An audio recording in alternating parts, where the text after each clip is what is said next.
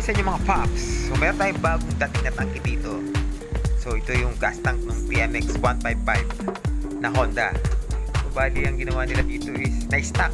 So kalawang na sa loob. So advice ko dito is buhusan nyo lang to ng ng suka mga Pops.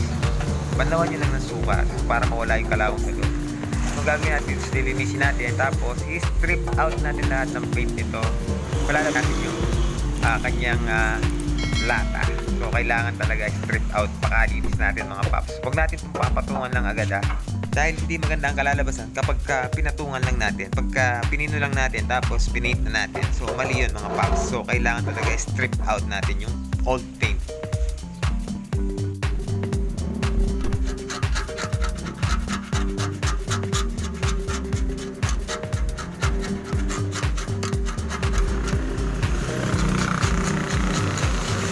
Bali, ang ginawa ko dito is ginamitan ko lang to ng cutter blade mga Pops. Kasi dahil pinaint nila to ng poste o yung pilok na tinatawag. So yung nabibili sa mga hardware na yung spray can. So ganun lang ang pinampaint dito. So mabilis lang tong tanggalin mga Pops. Kasi pag ginamitan mo to ng strip saw, ang mangyayari sa parang lalakat lang o yung parang lalagkit lang. So mas mahihirapan ka pag ganun mga Pops. So ginamitan ko na lang to ng cutter blades. So hindi rin pwede siguro yung dito, yung metal blaster mga Pops. Pagka ginamitan mo ito ng metal blasters, mahihirapan lang yung blaster mo dito dahil nga lumalagkit lang to, para lang kung nagsasampot.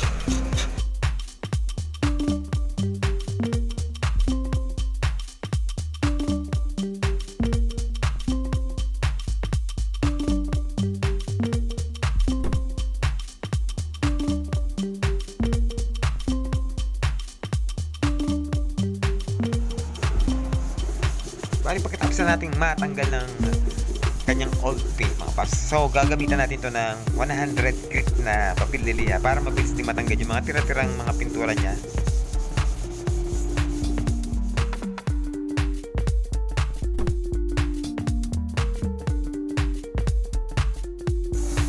Apply na natin to ng epoxy primer mga Pops. At least 2 coats, interval na 15 minutes drying time.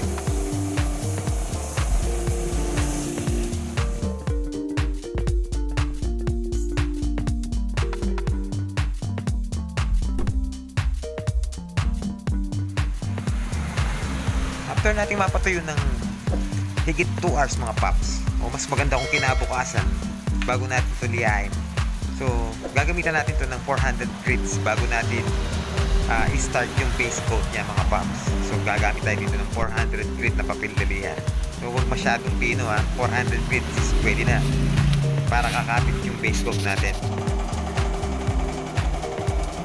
Siyempre, after nating matapos lihain mga Pops na 400 grits, so apply na natin to ng metallic silver bago tayo mag-proceed sa kanyang totoong kulay.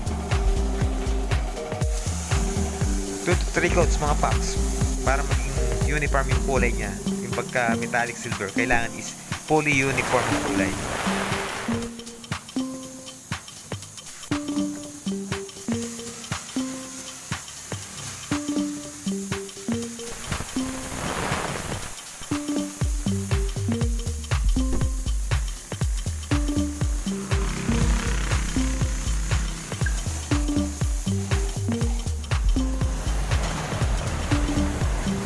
Start na natin kulayan ng pula mga Pops. So ang ginamit ko dito is yung red toner o yung tinatawag na candy red o candy red tone.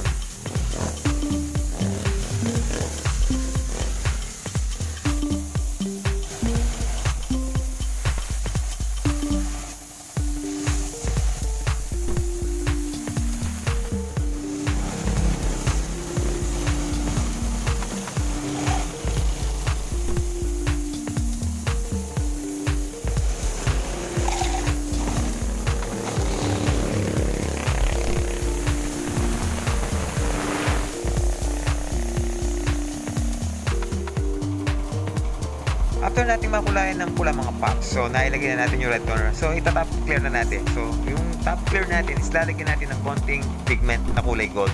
So ito yung lalagyan natin. So kapuranggot lang mga Pops So ito yung magiging kanyang metallic effect. So magkakaroon siya ng parang metallic effect. So magiging siyang red. Ang tawag dito is yung passion red, mga paps. Para maging passion red siya.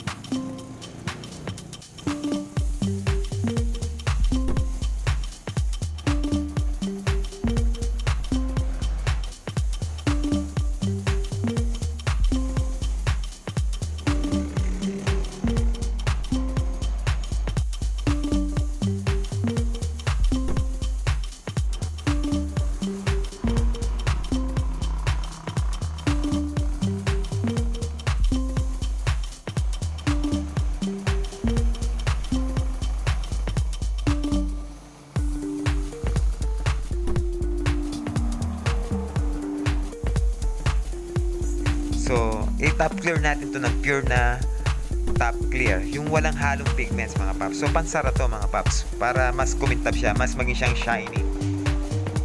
So, at least 3 to 4 coats para mas makapal, mas maganda. Pag mas makapal, mas matibay at mas makintab.